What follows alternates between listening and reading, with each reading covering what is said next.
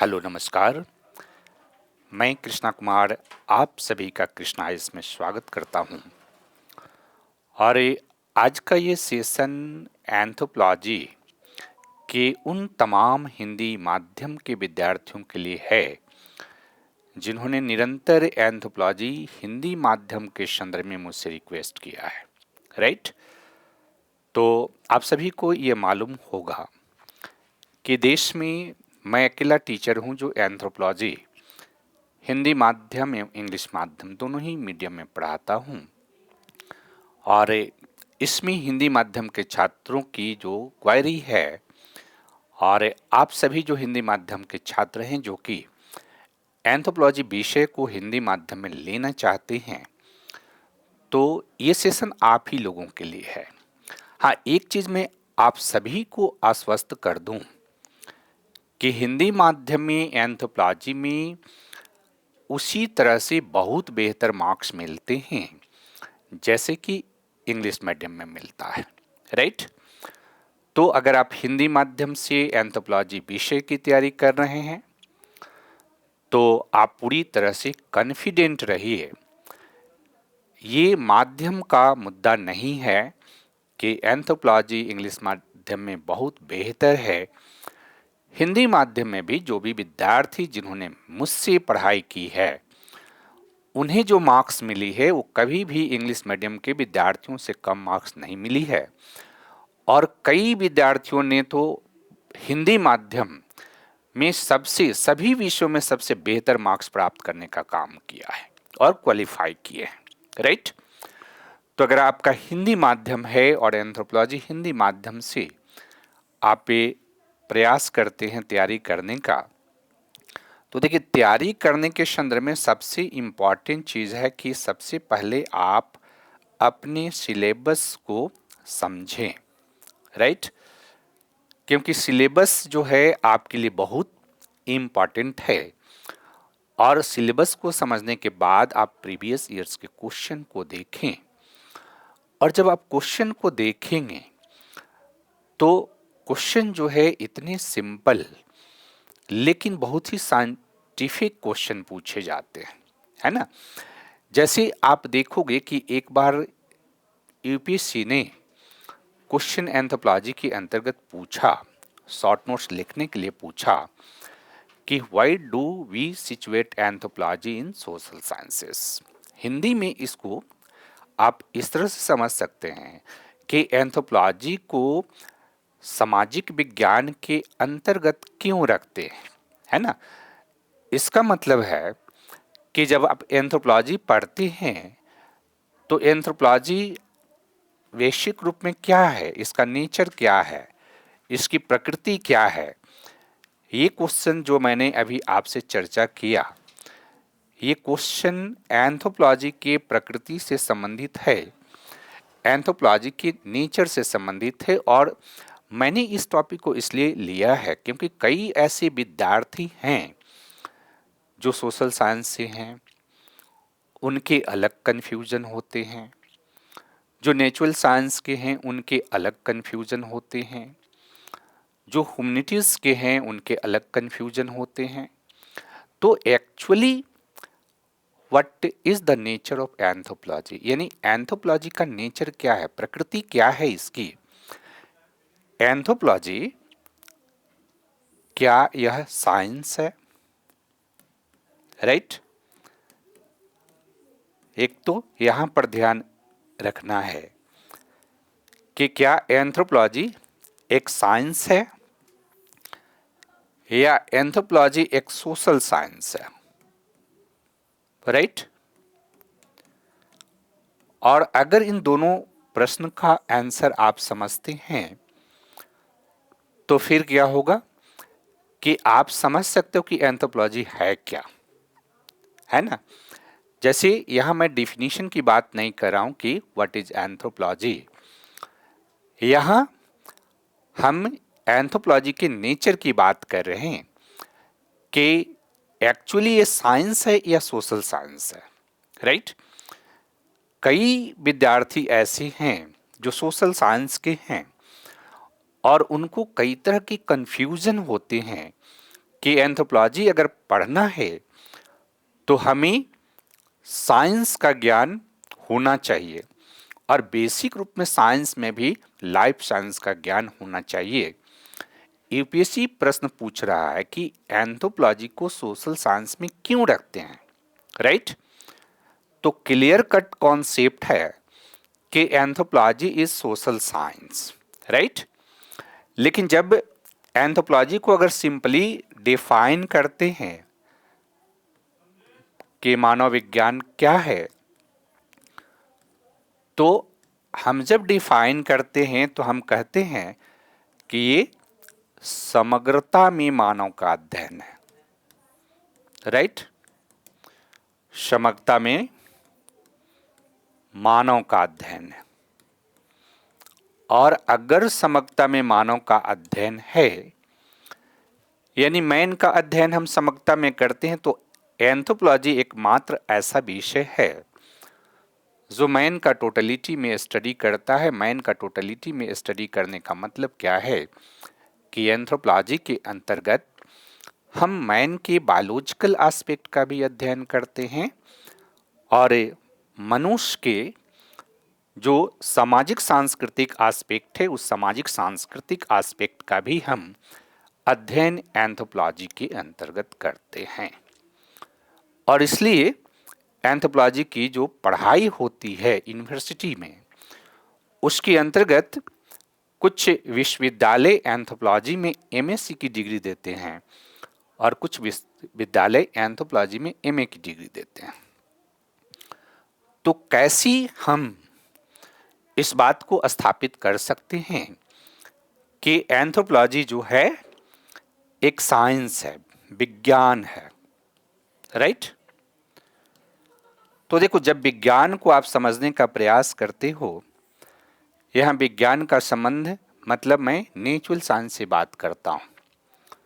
तो natural science जो है, प्राकृतिक जो विज्ञान है, उस प्राकृतिक विज्ञान के अध्ययन के कुछ तरीके होते हैं, कुछ मानदंड होते हैं, कुछ मेथड होते हैं।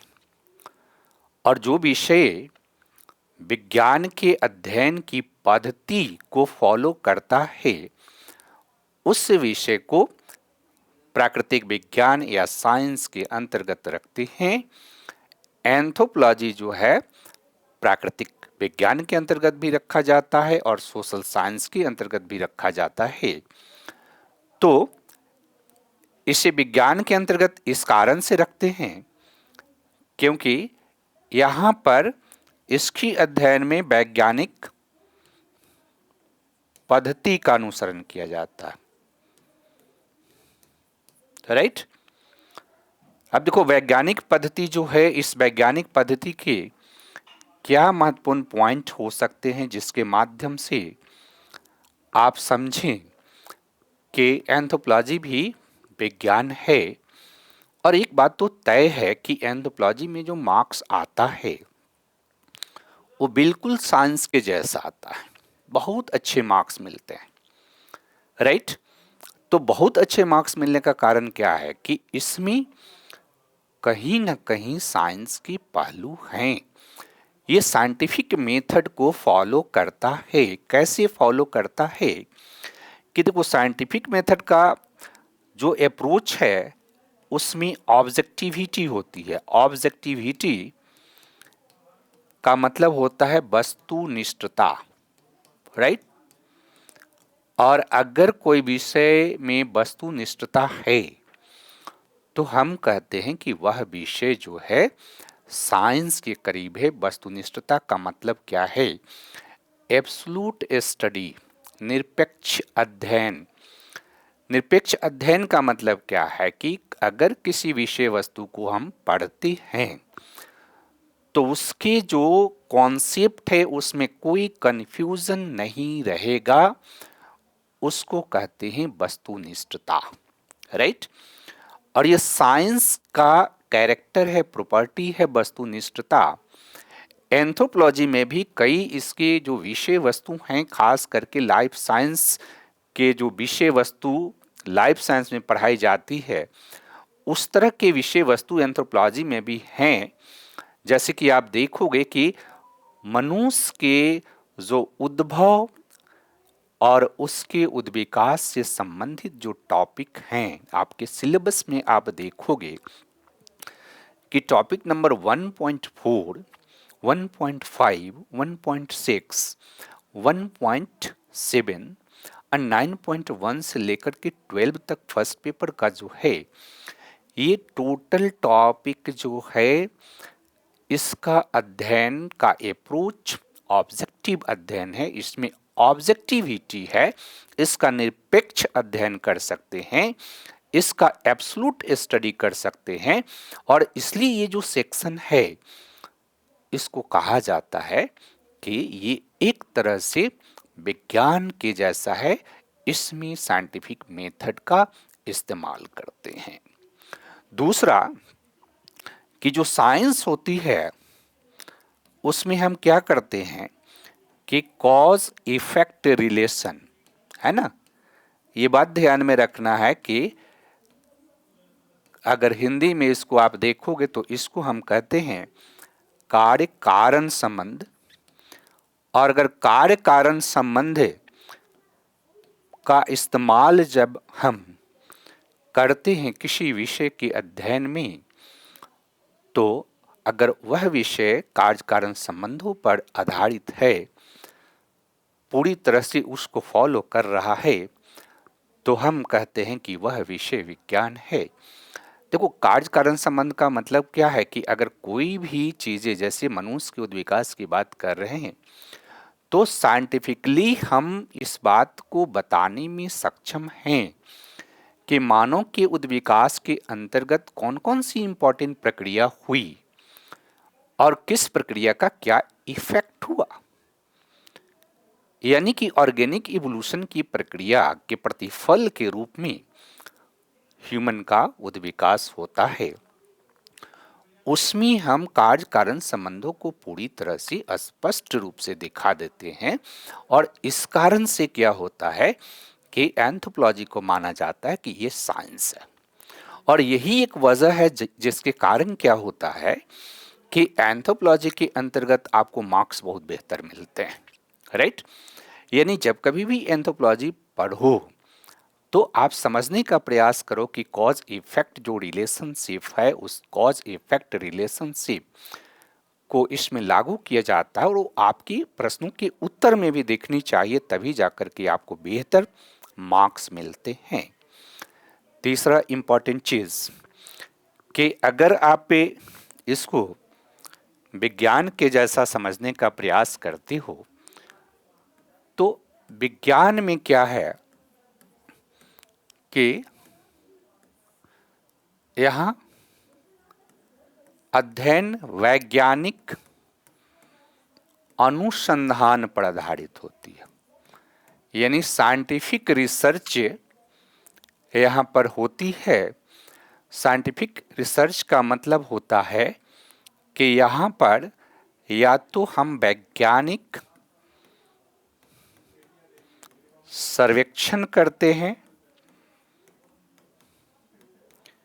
या हम वैज्ञानिक प्रयोग करते हैं, राइट। साइंटिफिक एक्सपेरिमेंट करते हैं। अगर हम साइंटिफिक एक्सपेरिमेंट करके विषय वस्तु का अध्ययन करते हैं तो हम कहते हैं कि वह विषय जो है साइंस है, साइंस के करीब है। एंथ्रोपोलॉजी के अंतर्गत जो बायोलॉजिकल एंथ्रोपोलॉजी का पहलू है, इसके जितने भी टॉपिक है जिसकी चर्चा हमने किया आपके साथ, उन सभी का अध्ययन साइंटिफिक मेथड के माध्यम से किया जाता है। वहाँ साइंटिफिक एक्सपेरिमेंट किया जाता है। चूंकि एंथ्रोपोलॉजी के अध्ययन में साइंटिफिक एक्सपेरिमेंट की पद्धति का अनुसरण किया जाता है, इसलिए कहा जाता है कि एंथ्रोपोलॉजी क्या है, एक विज्ञान है, राइट।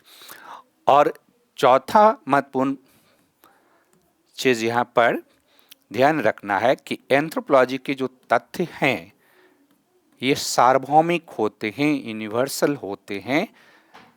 कई इंपॉर्टेंट एंथ्रोपोलॉजी के जो सेक्शन हैं उसके जो भी फैक्ट होते हैं वो फैक्ट सार्वभौमिक होते हैं, जिसको हम इंडिया में भी स्वीकार करते हैं और वर्ल्ड में भी लोग उसको स्वीकार करते हैं।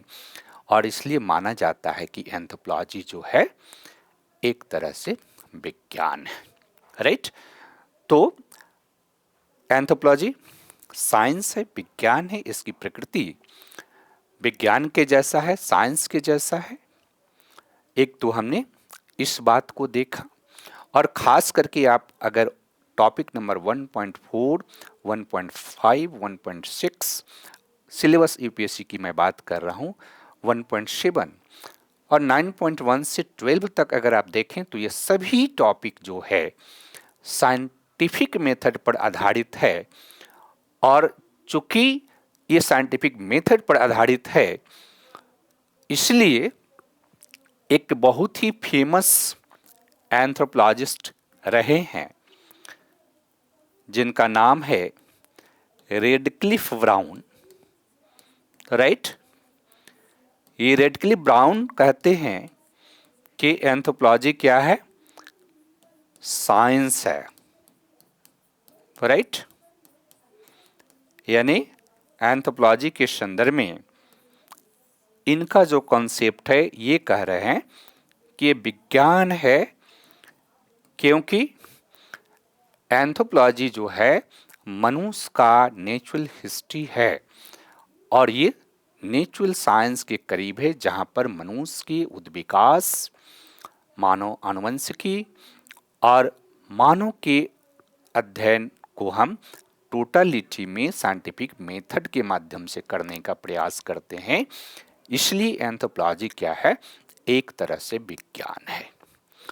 दूसरी तरफ अगर आप देखने का प्रयास करें तो एंथ्रोपोलॉजी को सोशल साइंस के रूप में भी देखा जाता है ना, कि एंथ्रोपोलॉजी क्या है, सामाजिक विज्ञान है।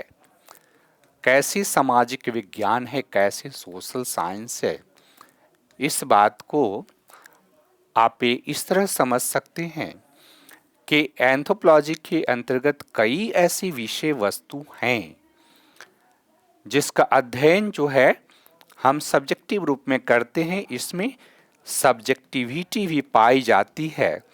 सब्जेक्टिविटी का मतलब होता है, हिंदी में आप लिखते हैं विषय निष्ठता, राइट। तो एक तरफ हमने बात किया था कि वस्तुनिष्ठ है, तो दूसरी तरफ हम बात करते हैं कि इसमें विषय निष्ठता पाई जाती है। यानी कि जब सामाजिक सांस्कृतिक मानव विज्ञान के पहलू को आप देखेंगे, उसके टॉपिक को देखेंगे, इंडियन एंथ्रोपोलॉजी के टॉपिक को देखेंगे, आर्कोलॉजिकल एंथ्रोपोलॉजी के टॉपिक को देखेंगे, लिंग्विस्टिक एंथ्रोपोलॉजी के टॉपिक को देखेंगे, तो उसमें विषय निष्ठता होती है।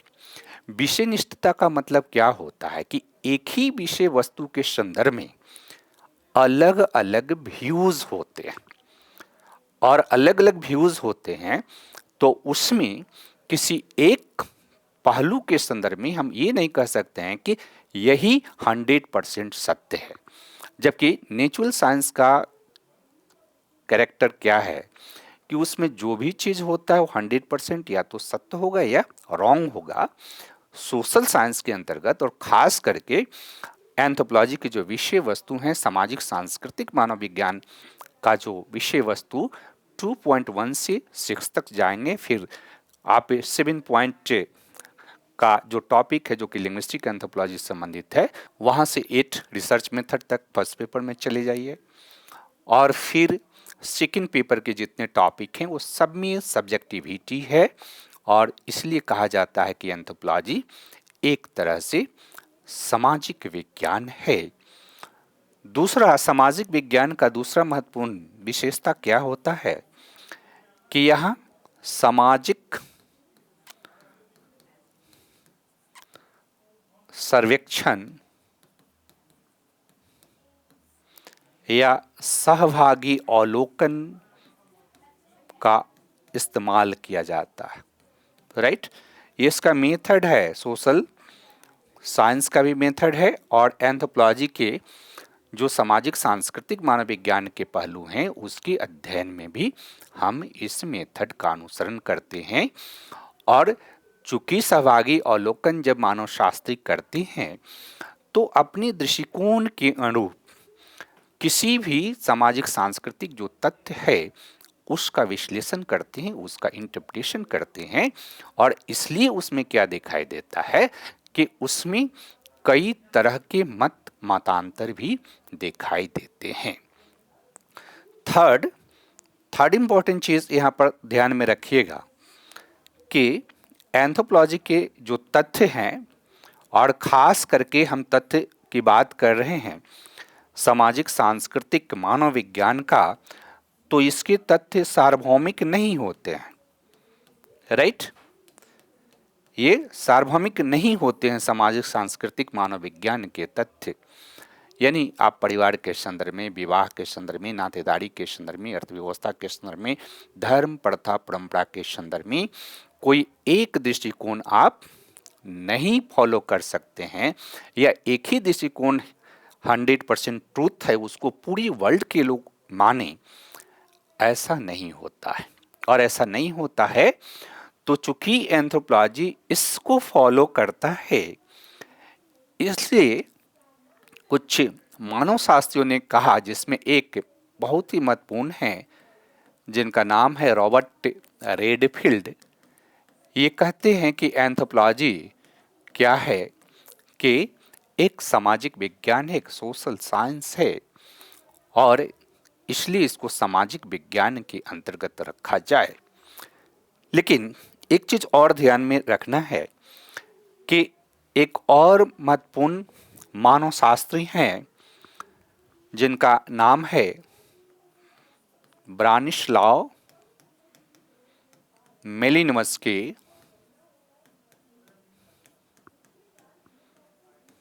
राइट, तो ब्रानिस्लाव मेलिनोवस्की कहते हैं कि एंथ्रोपोलॉजी क्या है कि एंथ्रोपोलॉजी के अंतर्गत, यानी मानव विज्ञान के अंतर्गत, इसकी जो नेचर है उसमें साइंस का भी गुण है और सोशल साइंस का भी गुण है। राइट, कि एंथ्रोपोलॉजी जो है एक तरह से प्राकृतिक विज्ञान एवं सामाजिक विज्ञान के बीच पुल का निर्माण करता है, ब्रिज का निर्माण करता है। और इसलिए एंथ्रोपोलॉजी को हम क्या कह सकते हैं कि इसमें दोनों ही के गुण है। एक तरफ ये प्राकृतिक विज्ञान है कुछ विषय वस्तु के संदर्भ में, तो दूसरी तरफ यह सामाजिक विज्ञान है। लेकिन हमने एक आपसे क्वेश्चन एराइज किया था जिसने यूपीएससी ने पूछा है, वो क्वेश्चन कि why do we situate anthropology in social sciences. Right, तो देखो दोनों पहलू आपने समझ लिया, हमने चर्चा किया, इसके बावजूद भी क्वेश्चन क्या पूछा जा रहा है कि इसे हम सामाजिक विज्ञान के अंतर्गत क्यों रखते हैं। तो अब ध्यान ये रखना है कि जो ये तीन महत्वपूर्ण एंगल हमें मिला, और जब आप अध्ययन करेंगे इसको मिला करके, तो एक्चुअली आप अंडरस्टैंड कर जाएंगे कि किस तरह से एंथ्रोपोलॉजी के अंतर्गत आप चीज़ों को बेहतर तरीके से समझ सकते हैं। तो चूंकि तीन एंगल है, एक तो नेचुरल साइंस है, दूसरा सामाजिक विज्ञान है, और तीसरा दोनों है। अब अगर हमसे पूछा जा रहा है कि सामाजिक विज्ञान के अंतर्गत क्यों रखते हैं, तो हमें ये निर्णय लेना होता है कि डोमिनेंसी किसकी है, नेचुरल साइंस का है या सामाजिक विज्ञान के पहलू का डोमिनेंसी है। तो अगर डोमिनेंसी का निर्धारण आप करेंगे तो ध्यान ये रखना है कि जैविक के जो मानव विज्ञान है, बायोलॉजिकल मानव विज्ञान है, तो जैविक मानव विज्ञान के अंतर्गत दो महत्वपूर्ण पहलू आप अध्ययन करते हैं।